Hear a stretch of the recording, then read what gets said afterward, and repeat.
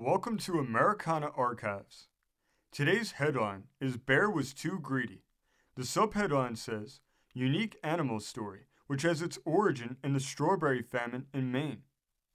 It says, the failure of the wild strawberry crop this year has brought trouble to many homes in eastern Maine, to the city families who expected to buy the fruit brought in from the country for making their winter preserves, to the country boys and girls who hope to secure their circus money from selling what they gathered in the fields, and to the bears who lay on the first coating of fat for the year by foraging among the rocky pastures and gorging themselves upon the ripe berries.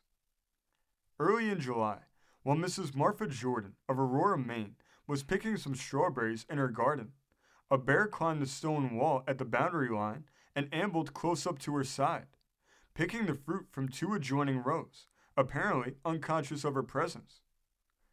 As soon as she realized the character of the visitor, she dropped her large tin pan, which was about half full of fruit, and ran to the house and locked the door. Finding about 4 quarts of ripe berries, all picked and ready to eat, the bear nosed around the pail for a moment and, inserting her head under the wire bail, began to fill herself at leisure. No sooner was the last berry gone than the bear discovered that she had made a mistake. The wire bail had gone over her head and her neck with great ease, but when she tried to remove it, she met with trouble. She scratched and clawed at the pail and tore the hair from her neck in trying to get released. And finding that the pail remained in place as firmly as ever, she staggered over the wall and groped her way toward the west branch of Union River, into which she fell and swam across in the hope of washing the pail away. Meantime, Mrs. Jordan had escaped from her house by the front door and called the neighbors to her aid.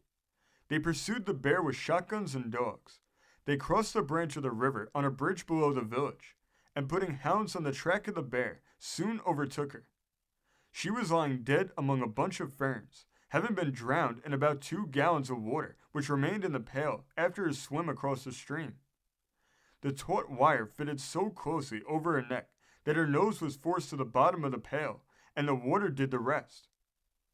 This story came from the great state of Ohio, being reported in the Defiance Express of August 13th, 1903.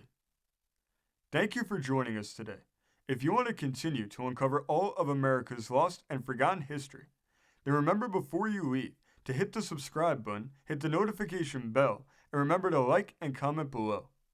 And we will see you next time on Americana Archives.